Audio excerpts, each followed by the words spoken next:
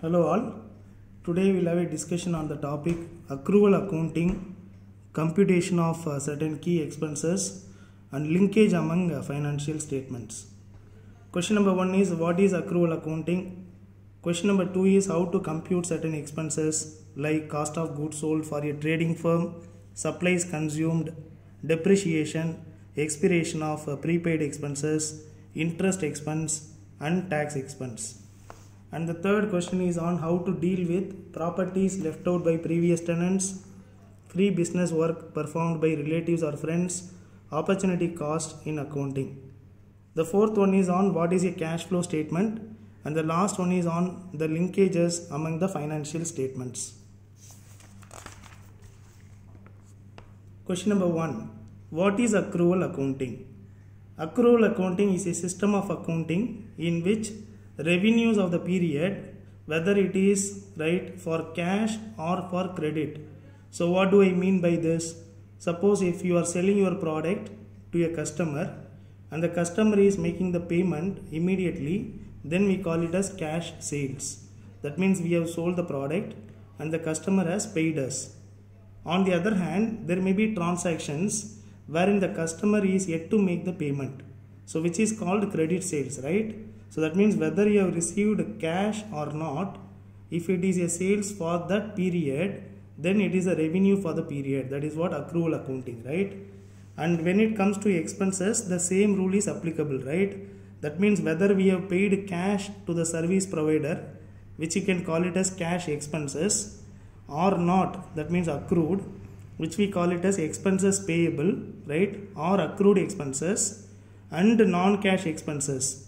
For example, depreciation, right? When you say depreciation, money is not going out, right? We call it as non-cash expenses, right? So that means cash expenses, non-cash expenses, accrued expenses, all are considered in computing the profit for the period under the accrual accounting. Whereas, if it is a cash basis of accounting, we will consider only that portion of revenue for which cash is collected. We will consider only that portion of expenses for which cash is paid, right? So that is what cash basis of accounting, right? So now the income statement which is prepared on accrual basis looks like this, right? So if you are going to look at revenue, you can see here I have written cash sales, and if you add credit sales, that gives you total sales, right? For example, if cash sales is, say for example 10 lakhs and credit sales is 40 lakhs, so that means total revenue for the period is 50 lakhs. Okay, so here we have received cash of 10 lakhs, but we have not yet received the proceed for 40 lakhs, right? Nevertheless, in accrual accounting we are going to consider entire 50 lakhs, but if the records are prepared only on cash basis, we are going to consider only 10 lakhs as revenue. We will not consider 40 lakhs. Okay, so this is what you have to understand, right? So that means in accrual accounting, the question you are going to ask is whether this particular line item belongs to this accounting period or not. You are not asking the question whether we have received cash or not, whether we have paid cash or not, right? Similarly, for example, expenses, right? Under accrual accounting, for example, wages and salaries, cash and credit, that means whatever we have paid. For example, we have paid, for example, 1 lakh, okay? We are yet to make payment of 2 lakhs, so that means total wages is 3 lakhs, okay? Whereas if it is cash basis, we will consider only 1 lakh, which is paid. What is not paid is not considered under cash basis of accounting. Cost of goods sold, of course, it's coming under accrual accounting. Guys, I am going to explain what is cost of goods sold a few minutes later, so kindly hold on, right? Depreciation is a non-cash expenses, I already told you. Other expenses, right, both cash and credit portion will be considered under accrual accounting. Similarly, tax expenses, whatever you have paid as tax, whatever you are yet to pay as tax, both are coming under, right, your income statement under the accrual accounting. So that means the crux is what? The crux is what is the portion of cash received, what is the portion of cash which is not yet received. Similarly, what is the portion of cash that is paid, what is the portion of cash that is not yet paid. Both are considered under your accrual accounting, right? Yeah, so I take you further. So the next question is how to compute certain expenses. The very first one we will be talking about cost of goods sold for a trading company, right? Which is otherwise known as merchandising company or merchandising firm, right? So the question is what is a trading or merchandising firm? A trading or merchandising firm buys and sells goods and it does not manufacture goods, right? So that means it's merely an intermediary. Example is all your retail firms, right? All your retail firms are coming under trading firms, right? So the grocery shop next to your door is coming under, right, trading firm, right? So they don't manufacture anything, rather they procure the goods from the manufacturer and sell it to the end consumer, right? So if you are going to compute cost of goods sold for such a trading firm, how are we going to do the computation is a question. The answer goes like this, right? We'll start with opening balance of goods. Goods here is inventory. Okay. So for simplification, let us assume only finished goods, right? So opening balance of inventory, right? Assume say for example that is 100 lakhs, okay? Plus purchase of goods or inventory, okay? Assume that is another 100 lakhs. So that means total goods available is 200 lakhs, okay? Out of that you are going to subtract closing balance of inventory. Assume say for example, right, it is 50 lakhs. So what does it mean? Out of 200 lakhs goods that are available with us, we are having only 50 lakhs at the end of the period. That means how much we have consumed? 150 lakhs. What is that otherwise known as? That is known as cost of goods sold. Look at the words here. Cost, right, of goods sold. That means we have used inventory worth, right, 150 lakhs out of available inventory of 200 lakhs, right? So that means opening balance of inventory plus purchases minus closing balance will give you what is your cost of goods sold, right? Yeah, I hope you are getting it, right? So I take you to the next computation. How to compute, right, supplies consumed, okay? Supplies are basically low cost items that are used in the day-to-day operations of a business. Closing balance of supplies to be deducted from the sum of opening balance of supplies and purchase of supplies, right? It's similar like your cost of goods sold computation. So that means you will start with opening balance of supplies. Assume it is 10 lakhs. With that add purchase of supplies. Assume it is 5 lakhs. So that means total supplies available with the firm is 15 lakhs. Out of that, right, you are having closing balance of inventory, that is say for example 3 lakhs.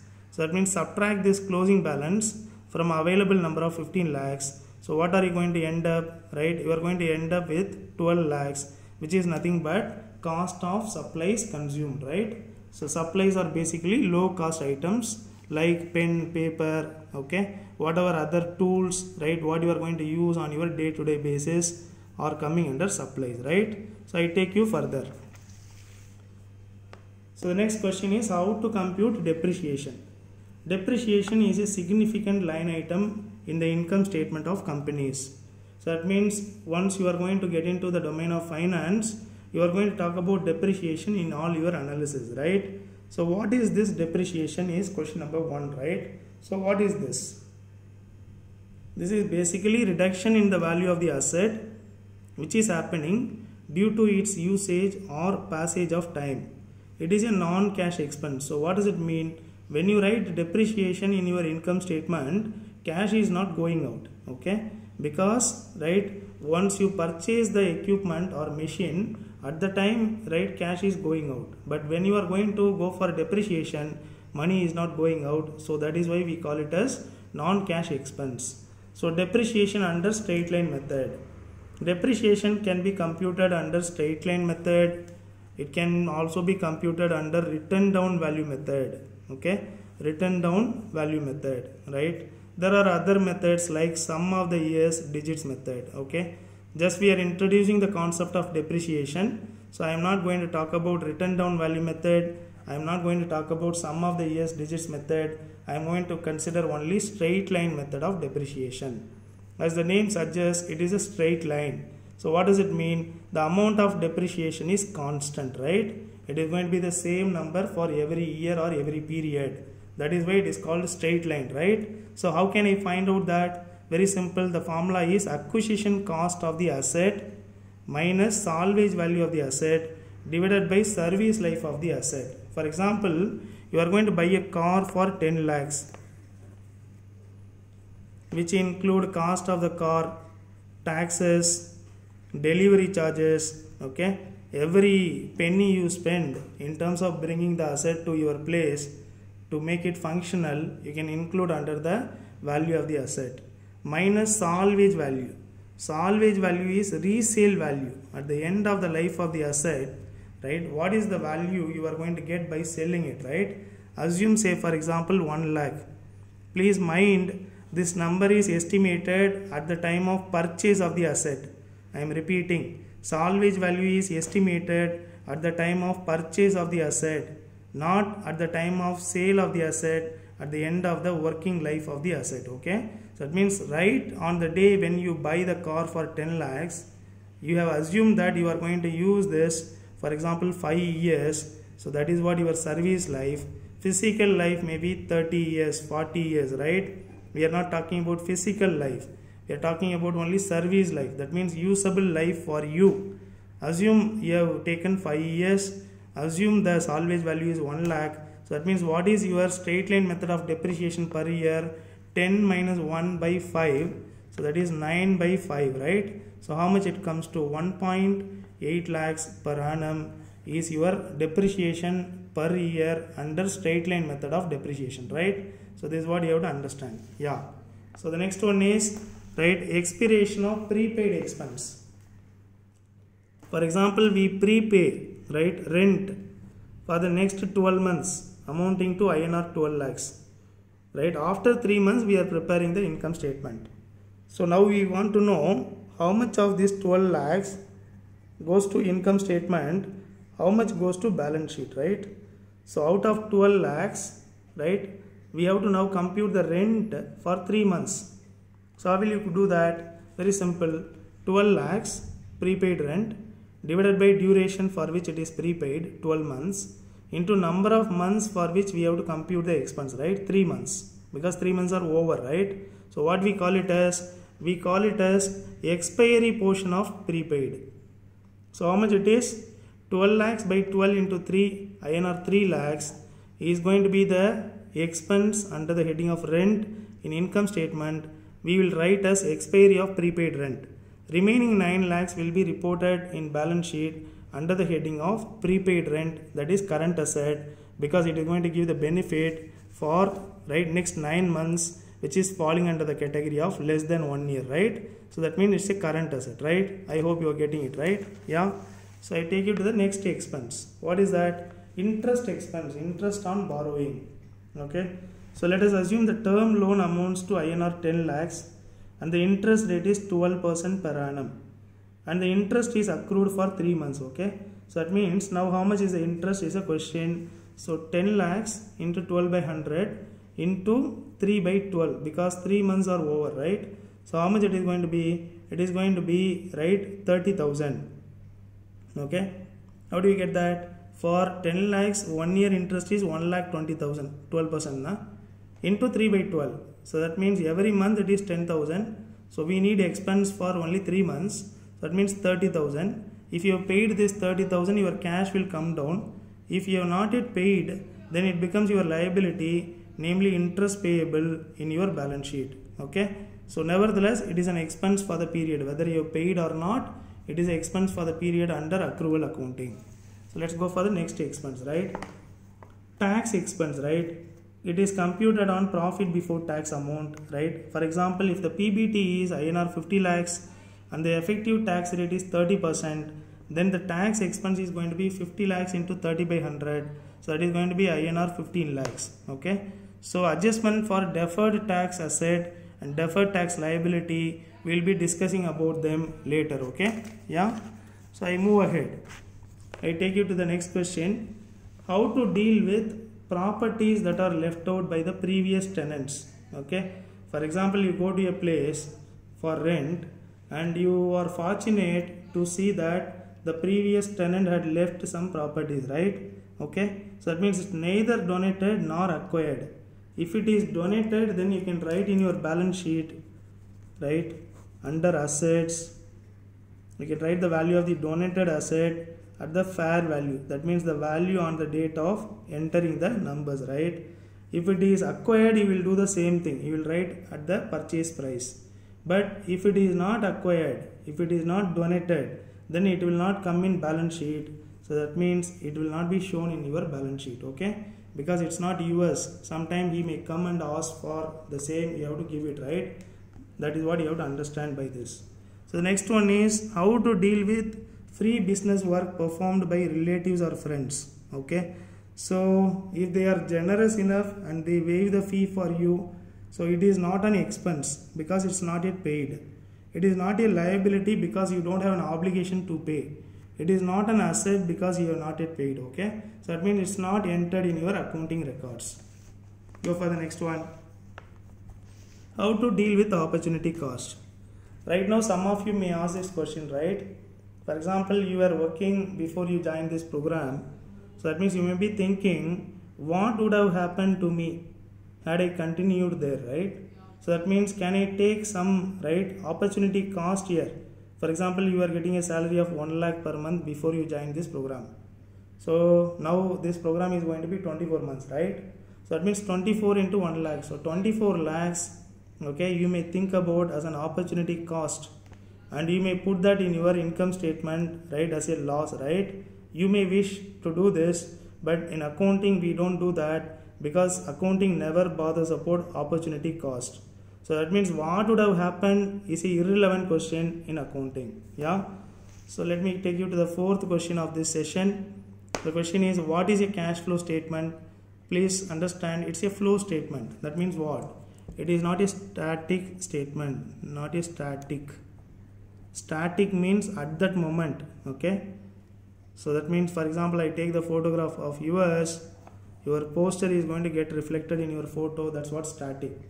Whereas, right, your cash flow statement is not static. It's a flow statement. That means between two periods, right, periods, what has happened is the one you are finding out. That is why you call this as flow statement, right? So what does it contain? It talks about opening balance of cash. It talks about receipts of cash. It talks about payments of cash. At the end, it also talks about closing balance of cash, right? Yeah. So let me give you an illustration for this. For example, cash flow statement of Aviral, yeah, Limited, for the period ending 30th June 2020 in INR crores, right? Looks like this. Opening balance of cash, right? Assume, say for example 100 crores. They started with 100 crores, okay? Receipts, all the receipts you put in one side, keep on adding them, right? Okay? All the payments you put on the other side, keep on subtracting them, right? So let me give you some numbers. Let us assume the cash sales made by the company in this period is, say for example 50 crores. Collection from accounts receivable, assume it is 150 crores. Term loans they have borrowed from the bank is 100 crores. Sale proceeds from fixed asset, assume it is 50 crores. So that means what is the total cash available? Total cash available is going to be sum of opening balance of 100 crores plus all these receipts, right? Let us first sum up the receipts. 50 plus 150, 200, plus 100, 300, plus 50, 350, plus 100 opening balance gives us available cash availability of 450 crores. From that subtract all your expenses, right? Disbursement. So I am sorry, I should not use the word expense. Disbursement, right? That means, for example, cash purchase of inventory, assume it is, say for example 100 crores minus it is, okay? Payment to suppliers, assume it is another 100 crores minus it is.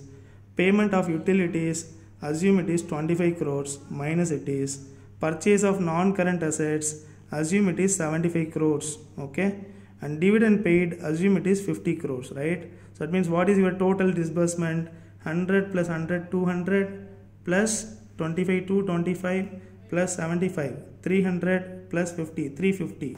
So 450 minus 350 total disbursement will give you closing balance of cash as 100 crores. So this is what your cash flow statement, right? So under the direct method, okay, opening balance of cash plus receipts of cash minus payments of cash. Please mind one important thing, only cash items are considered.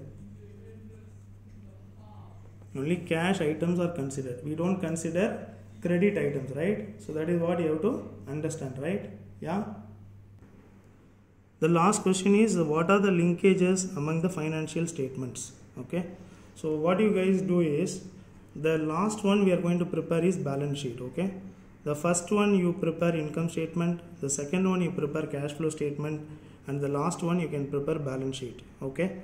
So this is in terms of the order. Okay. Sometimes it is suggested, right, once you know the right basics, you can prepare all three statements simultaneously: income statement, cash flow statement, and balance sheet, and then you can keep entering the numbers, and then you can tally the balance sheet, right? So finally we are going to tally the balance sheet, right?